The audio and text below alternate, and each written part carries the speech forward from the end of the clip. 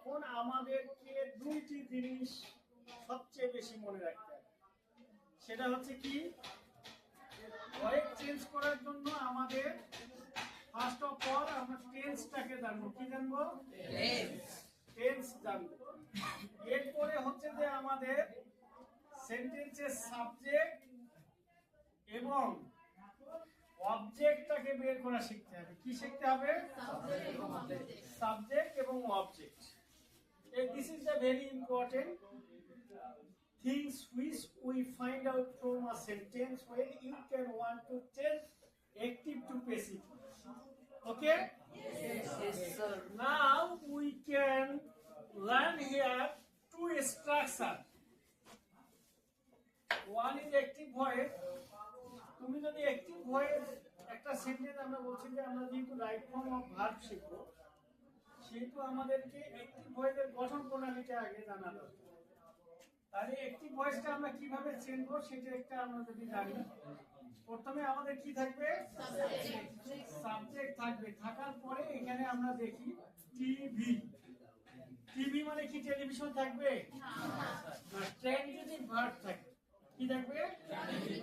Transitive verb থাকবে। এরপরে আমাদের থাকবে কমপক্ষে একটি অবজেক্ট থাকতে হবে। কমপক্ষে একটি অবজেক্ট থাকতে পারে, একাধিক অবজেক্টও থাকতে পারে। তাহলে what is transitive verb? Transitive ভার্বটা কি?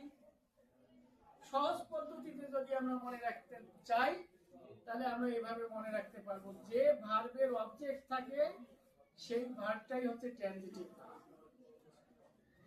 যে ভার্বের অবজেক্ট থাকবে, তার মানে এখানে আমরা লিখছি টিভি মানে ট্রানজিটিভ ভার্ব। এরপরে আমাদের কি থাকবে?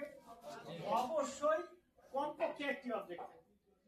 এটা আপাতত মাথায় রাখি। এরপরে আমরা দেখি প্যাসিভ ভয়েসটা কিভাবে গঠন হয়। তাহলে এখানে কি থাকবে? সাবজেক্ট থাকবে। এরপরে আমাদেরকে অবশ্যই একটি অক্সিলারি ভার্ব, যেটাকে আমরা বলি কিনা হেল্পিং ভার্ব, কি থাকবে? অক্সিলারি ভার্ব বা হেল্পিং ভার্ব থাকতেই হবে, না থাকলে হবে না। এরপরে আমাদের থাকবে ভার্ব ক্রিয়া। অর্থাৎ যদি সেন্টেন্সটা প্যাসিভ হয়, মাথায় রাখতে হবে প্যাসিভ ভয়েসে অক্সিলারি ভার্বের পরে কি থাকবে? ভার্ব থ্রি থাকবে। এরপরে যদি আমরা দেখি যে এখানে আমরা কিছুই না দিই, কোনো সমস্যা নেই। যে তোমরা জানো যে বাই থাকবে বা টু বা ওয়াব বা অন্যান্য জিনিস থাকবে, doesn't matter. You must be remember that the sentence is passive, type of passive. This sentence carries subject, auxiliary verb and verb three. You know that very well. তোমরা এটা নিশ্চয়ই ভালো করে জানো যে আমরা অক্সিলারি ভার্বগুলো কোন টেন্সে ব্যবহার করি। Present continuous tense, past continuous tense. তাহলে প্রেজেন্ট কন্টিনিউয়াস টেন্সে যদি তুমি am is are ব্যবহার করো, তাহলে তার পরবর্তী ভার্বটা কি হবে? কি হবে? যেমন আমরা দেখি উই আর রাইটিং,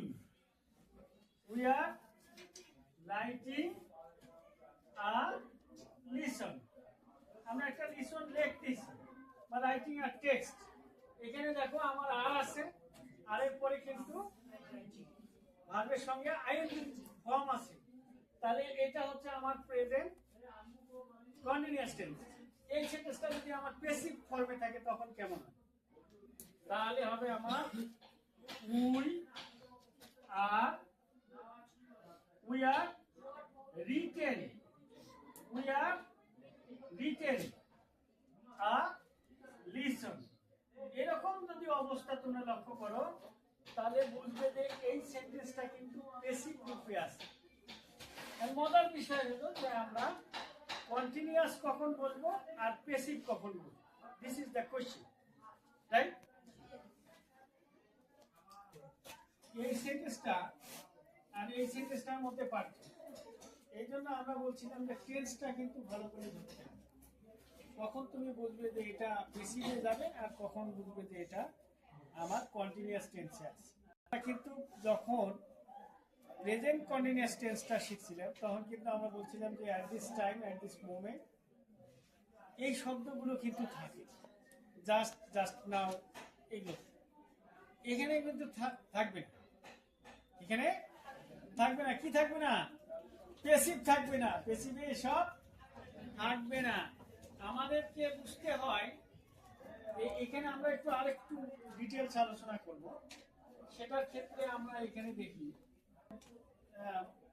স্বাভাবিকভাবে আমরা যারা পড়াই বা আমরা যারা পড়ি আমরা জানি যে অ্যাক্টিভ থেকে পেসিভ করতে, অ্যাক্টিভ থেকে কি করে পেসিভ করে, কিন্তু পেসিভ রূপকে আমরা জানি পেসিভ কিভাবে আসলে গঠন হচ্ছে, তাই না?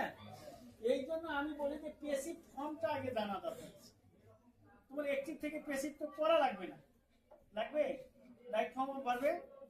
রাইট ফর্ম অফ ভার্বে কি তোমাকে বলবে যে অ্যাক্টিভ থেকে পেসিভ করো? ওখানে তো তোমাকে ভার্ব বসাইতে হবে। তাহলে তুমি অ্যাক্টিভ থেকে পেসিভ জানিলা।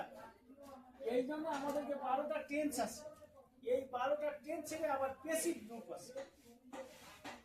12টা পেসিভ রূপ আছে, তো ওই রূপ 12টা কিন্তু জানতে হবে। তাহলে ওখানে আমরা কয় ধরনের বাক্য জানতে পারি? যে স্টেটমেন্ট, অর্থাৎ affirmative sentence, negative sentence, interrogative sentence, তারপরে ইন্ট্রো নেগেটিভ, তারপরে পেসিভ রূপ। তাহলে কিন্তু তোমার রাইট ফর্ম অফ ভার্ব কিন্তু। তার মানে হচ্ছে রাইট ফর্ম অফ ভার্ব যদি তুমি করতে চাও তাহলে তোমাকে অনেকগুলো সিস্টেম মেনটেন করতে। এখন আমরা দেখি যে অ্যাক্টিভ থেকে পেসিভ কিভাবে করা। কোনো ব্যাপার না, এটা একেবারে দুনিয়ার সহজ একটা পদ্ধতি। যে এইখানকার যে সাবজেক্ট আছে না অ্যাক্টিভ হয়েছে, এখানে একটা ভার্ব আছে না, এবং এখানে একটা কি আছে অবজেক্ট আছে। আমরা বলছি যে কমপক্ষে একটা অবজেক্ট, কমপক্ষে দুইটা, তিনটা, চারটে অবজেক্ট থাকে। তাহলে যে অবজেক্টটা থাকবে এই অবজেক্টটাকে আমরা টান ধরে কান ধরি পেসিভ ভয়েসে সাবজেক্ট হিসেবে বসে। এখন মনে করো যে আমরা এখানে লিখলাম যে রাইট রোড, রোড দিই, রোড আ পোয়েম, তার একটা কবিতা লিখেছি এই বাক্যটা। তাহলে এই বাক্যটার অবজেক্ট হচ্ছে আ পোয়েম, সাবজেক্ট হচ্ছে এ, রোড হচ্ছে আমাদের ভার্ব। ক্লিয়ার? তাহলে আমরা বলছি যে এই অবজেক্টটাকে কি করব, এখানে বসাবো। তার মানে হচ্ছে যে এখানে আমরা বসাবো আ পোয়েম, আ পোয়েম। এখন ঘটনা হচ্ছে যে আমরা বলছি যে এক বেসিক ভয়েসে তোমাকে অবশ্যই অক্সিলারি ভার্ব ব্যবহার করতে হবে। সেটা আবার ডিপেন্ড করবে টেন্সের উপর। তারপর টেন্স, এটা দেখো দে রোট আ পোয়েম, এটা কি ধরনের টেন্স? Past indefinite tense. তাহলে পাস্ট ইনডিফিনিট টেন্সে আমরা কোন ধরনের অক্সিলারি ভার্ব ব্যবহার করতে পারি? ওয়াজ অথবা ওয়ার, ওয়াজ অথবা ওয়ার। তাহলে এখানে আ পোয়েম আছে, তাহলে আমি এখানে ব্যবহার করলাম ওয়াজ। এটা কোথায় পাইলাম? এটা ধার করলাম আমরা, এটা কিন্তু আমাদের এখানে নাই। এটা আমরা ধার করলাম, যেহেতু আমাকে বলছে যে তুমি পেসিভ করতে চাও অবশ্যই সাবজেক্টের পরে একটা অক্সিলারি ভার্ব বসাবে। কিভাবে বসাবা সেটাকে তোমার টেন্সের উপর ডিপেন্ড করে বসে।